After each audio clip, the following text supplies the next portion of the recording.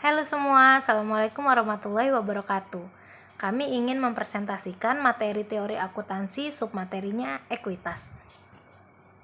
Kami dari kelas 6C akuntansi, dosen pengampu dalam mata kuliah ini adalah Ibu Rida Ristiana SEMAK. Materi ini disusun oleh In Melani, saya sendiri, Nurul Riani Pane, dan juga Dewi Sukma Melati. Latar belakang. Untuk perusahaan perseorangan, ekuitas sering disebut dengan modal. Untuk perseroan, istilah ekuitas atau ekuitas pemegang saham atau stockholders equity lebih merefleksi kata yang ingin dikandungnya. Konsep kesatuan usaha yang memisahkan antara manajemen dan pemilikan, informasi tentang ekuitas pemegang saham sangat penting, karena hal tersebut menunjukkan hubungan antara perusahaan perseroan dengan pemegang saham.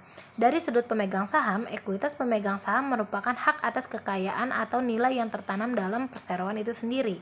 Karena konsep kesatuan usaha menuntut artikulasi antar statement keuangan, tidak terdapat masalah semantik atau definisional dalam pembahasan ekuitas seperti halnya elemen pendapatan, biaya, dan juga laba. Rumusan masalah. Apa yang dimaksud dengan ekuitas? Bagaimana penggolongan ekuitas? Bagaimana pengakuan ekuitas? Bagaimana pengukuran ekuitas? Bagaimana penyajian ekuitas? Serta bagaimana pengungkapan ekuitas? Tujuannya yang ingin dicapai adalah 1. Untuk mengetahui apa yang dimaksud dengan ekuitas. Yang kedua, untuk mengetahui bagaimana penggolongan ekuitas. Yang ketiga, untuk mengetahui bagaimana pengakuan ekuitas. Yang keempat, untuk mengetahui bagaimana pengukuran ekuitas. Yang kelima, untuk mengetahui bagaimana penyajian ekuitas. Serta untuk mengetahui bagaimana pengungkapan ekuitas. Kita mulai pembahasannya ya. Pengertian ekuitas. Pengertian ekuitas dalam kerangka dasar standar akuntansi keuangan tahun 2002, misalnya Ikatan Akuntansi Indonesia atau IAI, mendefinisikan ekuitas adalah hak residual atas aktiva perusahaan setelah dikurangi semua kewajibannya. Definisi di atas tidak berbeda dengan apa yang dikemukakan oleh FASB dalam SFAC nomor 6, yaitu equity or net asset is the residual interest in the assets of an entity that remains after deducting its liabilities.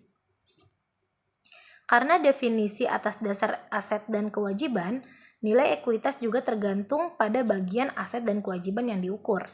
Godfrey, Hodgson, dan Holmes tahun 1997 membedakan ekuitas dan kewajiban atas dasar kriteria sebagai berikut. Yang pertama, hal-hal masing-masing pihak atas penyelesaian klaim. Yang kedua, hak penggunaan aset dalam operasional. Yang ketiga, substansi ekonomi perjanjian. Komponen ekuitas pemegang saham. Ekuitas pemegang saham diklasifikasi atas dasar 2 komponen penting, yaitu modal setoran dan laba ditahan.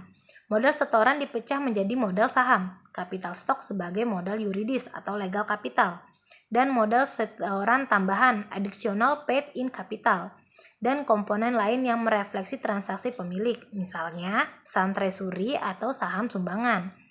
Dalam berbagai literatur, modal setoran sering disebut pula sebagai invest capital, original capital, bahkan original investment. Modal yuridis atau legal capital sering disebut sebagai formal capital, restricted capital, start capital, atau capital stock.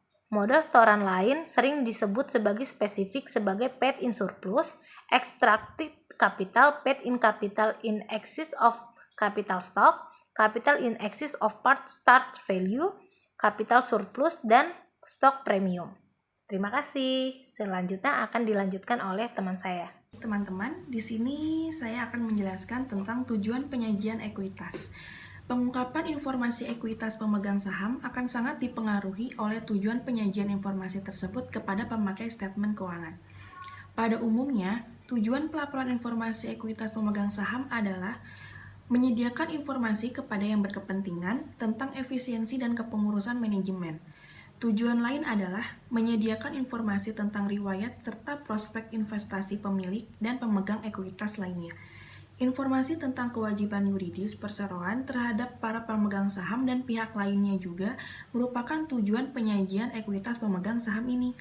Untuk memenuhi tujuan tersebut, informasi yang harus disampaikan tentang ekuitas pemegang saham tersebut minimal adalah yang pertama, sumber ekuitas pemegang saham beserta riwayatnya. Yang kedua, peraturan yuridis yang membatasi pembagian dividen dan pengembangan modal setoran kepada pemegang saham. Dan ketiga, prioritas beberapa golongan pemegang saham atau pemegang ekuitas lainnya, atau urutan proteksi. Apa sih pembedaan modal setoran dan laba ditahan? Klasifikasi ekuitas pemegang saham menjadi modal setoran dan laba ditahan sebenarnya merefleksi pembedaan atas dasar sumber. Penyajian ekuitas pemegang saham atas dasar sumber sebenarnya bersifat tradisi, karena anggapan bahwa penyajian seperti ini akan memberi informasi tentang riwayat modal sejak berdirinya perseroan. Memang, pada umumnya perseroan berdiri dari perusahaan kecil yang mendanai operasinya dari sumber pemilik manajer. Makin besarnya perusahaan menjadikan ekuitas pemegang saham berubah, tidak hanya dalam jumlahnya tetapi juga dalam komposisi atau sumbernya. Ada beberapa komponen yang membentuk ekuitas pemegang saham, yaitu yang pertama, jumlah rupiah yang disetorkan oleh pemegang saham. Yang kedua, laba yang ditahan merupakan sisa laba setelah pembagian dividen. Yang ketiga, jumlah rupiah yang timbul akibat apresiasi atau revaluasi aset fisik tertentu. Yang keempat, jumlah rupiah donasi dari pihak non-pemegang saham. Yang kelima, sumber lainnya. Modal yuridis. Apa sih yang dimaksud dengan modal yuridis itu? Modal setoran dibedakan menjadi modal yuridis dan modal setoran lain. Modal yuridis timbul karena ketentuan hukum yang mengharuskan bahwa harus ada sejumlah rupiah yang harus dipertahankan dalam rangka perlindungan terhadap pihak lain. Modal yuridis merupakan jumlah rupiah minimal yang harus disetor oleh investor sehingga membentuk modal yuridis. Modal setoran lain. Nominal saham sering dianggap bukan merupakan harga efektif saham, sehingga akuntansi penentuan nilai nominal saham sebenarnya tidak bermakna ekonomik. Dalam hal tertentu, nilai nominal saham lebih merupakan alat untuk pemerataan distribusi pemilikan daripada untuk menunjukkan nilai saham itu sendiri. Karena tidak bermakna ekonomik, saham dapat diterbitkan dalam nilai nominal. Ada dua alasan penerbitan saham tanpa nilai nominal, yaitu yang pertama, untuk menghindari utang bersyarat dalam hal saham terjual di bawah harga nominal, dan dua, tidak ada hubungan antara nilai nominal dengan harga pasar saham. Perubahan modal setoran. Tujuan utama perubahan akuntansi modal setoran ini adalah untuk membedakan secara tegas antara perubahan akibat transaksi operasi dan perubahan akibat transaksi modal. Berbagai sumber yang dapat mengubah modal setoran dengan berbagai masalah teoritisnya adalah yang pertama, pemesanan saham, yang kedua, obligasi terkonversi atau berhak tukar, ketiga, saham istimewa terkonversi atau berhak tukar, yang keempat, dividen saham, yang kelima, hak beli saham, opsi, dan waran, yang keenam, saham treasury. Penurunan modal setoran. Berbagai sumber perubahan modal setoran yang dibahas di atas bersifat menaikkan atau menambah modal setoran.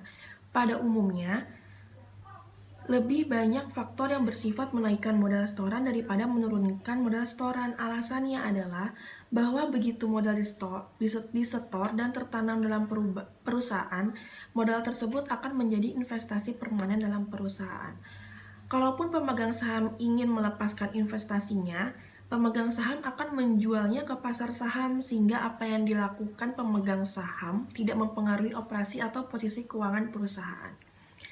Modal setoran tidak akan berkurang kecuali ada pembayaran atau pembagian dividen yang dapat dikategorikan sebagai dividen likuidasi atau penarikan kembali saham yang beredar secara permanen. Baik, demikian yang bisa saya jelaskan. Terima kasih. Baik, bisa dilanjutkan dengan saya. Di sini ada penyajian modal pemegang saham. Urutan penyajian kewajiban dan modal pemegang saham dalam neraca sebenarnya menggambarkan urutan perlindungan dalam kondisi perusahaan mengalami defisit dan dalam kondisi perusahaan dilikuidasi. Dalam terjadi defisit, urutan penyajian menggambarkan urutan penyerapan rugi atau sequence of charges. Sedangkan dalam kondisi likuidasi, urutan penyajian menggambarkan urutan perlindungan yuridis atau legal sequence of protection bagi para penyedia dana dalam hal terjadi likuidasi. Penyajian laba komprehensif. Dengan dianutnya pendekatan laba semua, termasuk atau laba komprehensif. Masalahnya adalah bagaimana penyajian komponen-komponen pembentuk laba komprehensif dan bagaimana Meretias disajikan dalam statement laba rugi. Dengan pendekatan semua termasuk, FASB memperluas cakupan laba yang meliputi pula yang sebelumnya disebut dengan pos-pos penerobos atau bypassing items. Pos-pos penerobos adalah pos-pos yang dilaporkan langsung dalam statement laba ditahan tanpa melalui statement laba rugi. Baik, kesimpulan dari kelompok ini adalah ekuitas didefinisikan secara sintaktik sebagai hak residual atas aset perusahaan setelah dikurangi semua kewajiban. Ekuitas terpaksa didefinisi sebagai sintaktik bukan semantik karena keperluan untuk mempertahankan artikulasi statement keuangan. Ekuitas mengandung makna pemilikan. Oleh karena itu, untuk organisasi non-bisnis, ekuitas sering disebut sebagai aset bersih. Ekuitas berbeda dengan kewajiban dalam 3 hal, yaitu hak atas penyelesaian klaim, hak penggunaan aset, dan substansi perjanjian atau yuridis. Walaupun demikian, atas dasar konsep kesatuan usaha, kreditor dan investor dipandang sebagai pihak luar perusahaan yang terpisah dari manajemen. Modal setoran perlu dibedakan dengan laba ditahan karena modal setoran merupakan suatu bentuk kontrak yuridis yang harus dipertahankan keuntungannya, sedangkan laba ditahan merupakan laba modal yang tercipta atau terhimpun karena pemanfaatan aset.